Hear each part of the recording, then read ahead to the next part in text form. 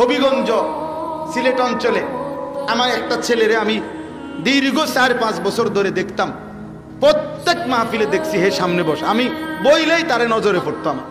পরে একদিন আমি তারে ডাকছি, ডাইকে আমি বললাম তুমি কি করো? কয় হুজুর আমি ঘাস, মানে প্রতিদিন ঘাস কাটি আর ঘাস কাইটা বিক্রি করি, যা পাই তা দিয়ে সংসার চালাই। তাই বললাম তুমি যে সব মাহফিলে আসো, আমি দেখলাম তোমারে। কয় হুজুরে যখনই আপনার কোনো প্রস্তাব দেখি, কয় আমি তখন এই ঘাস কাটার টাকার থেকে একটু একটু টাকা জমাই, কয়টা টাকা জমাইয়া গাড়ি ভাড়া মিলাইয়া রাখি, আপনার ওয়াজ শুনতে যাম। তাই বললাম যে মাশাআল্লাহ। তো আমি বললাম যে তো আর কিছু কইবানি? কয় আমার জীবনের একটা স্বপ্ন আছে, বানিয়াচং হবিগঞ্জ তার বাড়ি। আমি বললাম কি স্বপ্ন কও? আমি 10 টাকা 50 টাকা করে জমাইতেছি, আল্লাহ যদি আমারে কোনোদিন তৌফিক দেয় আমি আমনেরে আমগো এলাকায় দাওয়াত দিয়ে নিমু, ওয়াজ করাম।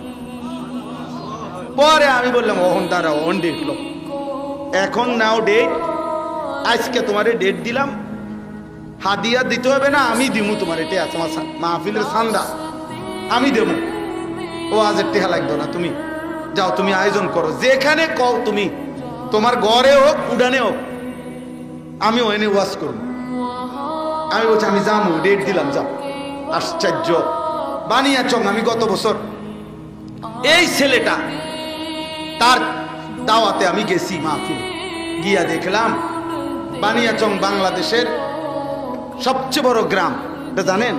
বাংলাদেশের সবচেয়ে বড় গ্রামের নাম হলো এই বানিয়াচং হবিগঞ্জ। এক গ্রাম এক উপজেলা। হ্যাঁ হ্যাঁ, এটা গ্রাম একটাই, একটা উপজেলা, বুঝছেন নি হুজুর? গিয়া দেখছি ওই গ্রামের মানে ওই উপজেলার সবচেয়ে বড় কলেজ হাই স্কুল মাঠ, যেটা বিশাল মাঠ, এই মাঠে এই ছেলে মাহফিল মানে আয়োজন করছে। আমি গিয়া দেখি একেবারে যদি কম হয় মানুষ 15-20 হাজার, স্টেজে যদি একেবারে না হয় হুজুর 300-400 হুজুর হইব। হুজুর খেলাফত মজলিসের যিনি কেন্দ্রীয় আমির, এই যে দেওয়াল ঘড়ি মার্কার যে খেলাফত মজলিস, উনি বসা পাশে, ওনার বাড়িতে বানিয়েছে বড় বড় হুজুর সব। তাই বললাম কিরে কারবারটা কি কার মাহফিল? হুজুর কইছি তো আমার আইয়া এলাকা, আমারে আর ধরতেও দিছে না, সব আলেম ওলামা পাবলিক মিল্লা এই মাহফিলে এত বড় বানায় ফেলছে। তাইলে দোস্ত, একজন শ্রোতাকেও মানুষ দেখতে দেখতে চিনে। কথা বুঝছেন কি না বলে? এই জন্য মাদ্রাসার সাথে আপনাদের কাছে অনুরোধ, এই 66 বছরের ইতিহাসে এই মাদ্রাসা অনেক স্বর্ণ ফসল, অনেক সোনার সন্তান, আলোকিত আলেমে দ্বীন উপহার দিছে।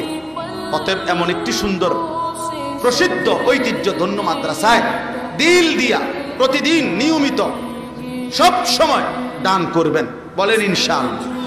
যেন আপনি এতবার আসবেন যাবেন মাদ্রাসায়, যেন মাদ্রাসার ছেলেরা আপনার চিনে, উস্তাদ যেন দেখলে আপনার চিনে, চাচা কেমন আছেন, ভাই কেমন আছেন, দেখবেন ইনশাআল্লাহ। এই কেমন আছেন এটা আশা করি হাসরের ময়দানও ওনারা আপনার বলবেন। আল্লাহ আপনাদেরকে তৌফিক দান করেন। চলেন আমার কথা আমি শেষ করছি। আল্লাহ তাআলা বলেন, 3টা কথা বলল। 1, আমি তোমাকে সৃষ্টি করেছি। 2, আমি তোমার অন্তরের গভীরে যেটা আছে তাও জানি।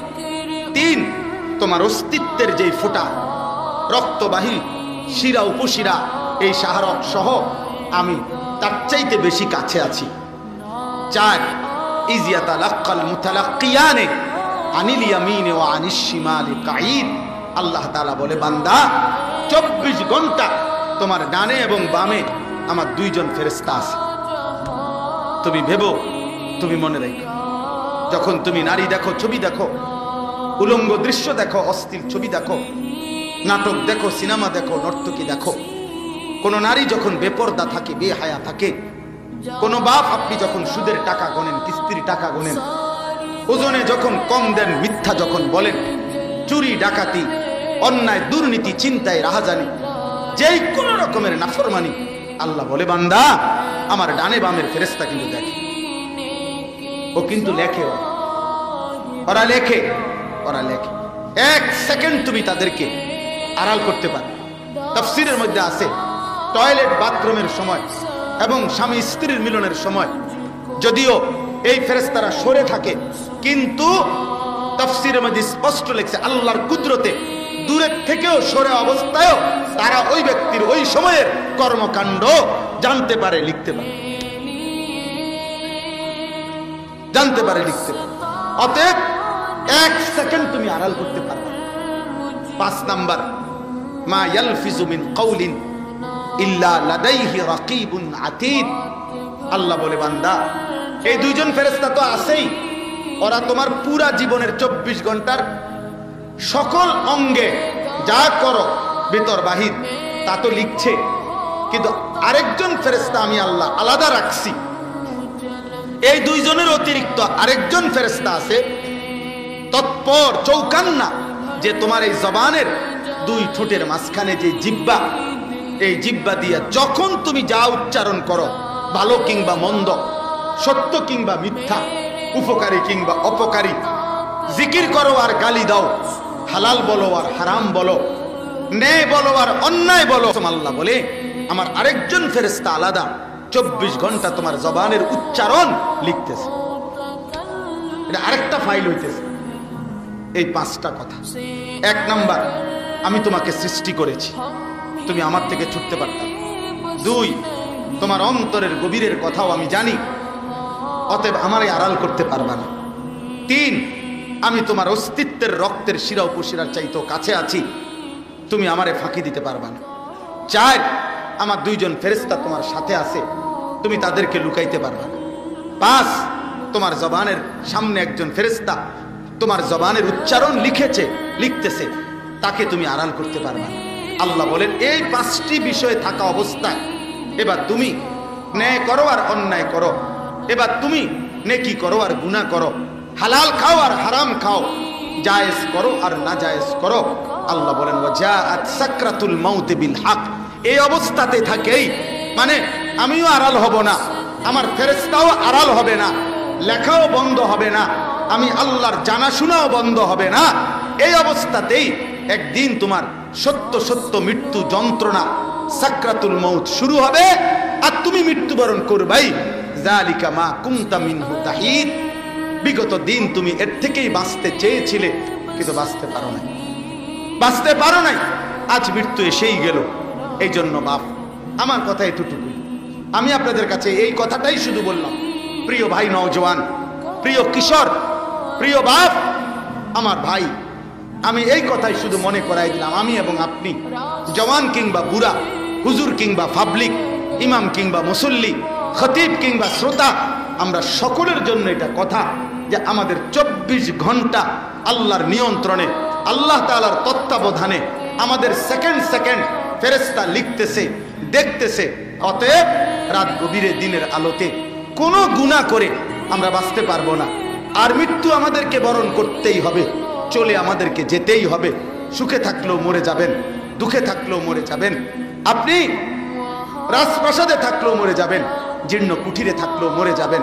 অতএব দয়া করে, মেহেরবানি করে, আল্লাহর ওয়াস্তে সবার কাছে আমার অনুরোধ, ভাই, বন্ধু, নওজওয়ান, বুড়ো, মা বোন, ওলামা, আমি, আপনি সবাই আমরা যেন গুনাহ ছেড়ে দেই, আমরা যেন আল্লাহর নাফরমানি ছেড়ে দেই। আমার যুবক ভাই, মোবাইলের নারী দেখো না বাপ, চরিত্রহীন হইও না, অস্থির দৃশ্য, জিনা ব্যভিচারের ছবি, হারামের ছবি দেখা দোস্ত, একদিন তুমি দুনিয়াতেও ক্ষতিগ্রস্ত হবা, আখিরাতেও ক্ষতিগ্রস্ত হবা।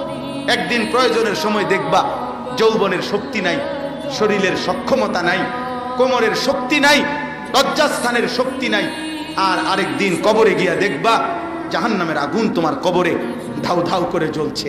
না তুমি দুনিয়া পাইবা, না তুমি আখিরাত পাইবা। আর হারাম উপার্জনকারী বাবা, সুদখোর, ঘুষখোর, কিস্তিখোর, হারাম উপার্জনকারী বেনামাজি, হায় আপনাকেও বলি, আপনি দুনিয়াও শেষ করতে পারতেন না। এত বাটফারি সিটারি কইরা আল্লাহরে ডাকেন নাই, নামাজ পড়েন নাই, 24 ঘন্টা কামাই রোজগারি, 2 নম্বরই 6 নম্বরই কইরাও আল্লাহর কসম আপনি অভাব শেষ করতে পারতেন না। আপনি মরার পরেও, আপনি যেদিন মারা যাবেন তারপরেও আপনি কবরের থেকে শুনবেন আপনার ঘরের দরজা ভাঙ্গা গেছে, বাথরুমের দরজা মাঝখান দিয়ে ছিদ্র হইয়া গেছে, জানালার গ্রিল ফইরা গেছে, সিটকারি নাই, ফ্রিজের তলে দিয়া পানি পড়ে, মানে হাজারো সমস্যা থেকেই যাবে, অথচ আপনি কবরে চলে যাবেন। অতএব হালালের উপরে থাকেন, হালালের উপরে থাকেন, হারাম রোজগার কইরেন না, অবৈধ উপার্জন করবেন না। আল্লাহ আমাদেরকে তৌফিক দেন, কবুল করেন। আজকের এই মুবারক মাহফিল আল্লাহ তাআলা ভরপুর বরকত দান করেন। সুবহানাল্লাহি ওয়া বিহামদিহি, সুবহানাকাল্লাহুম্মা।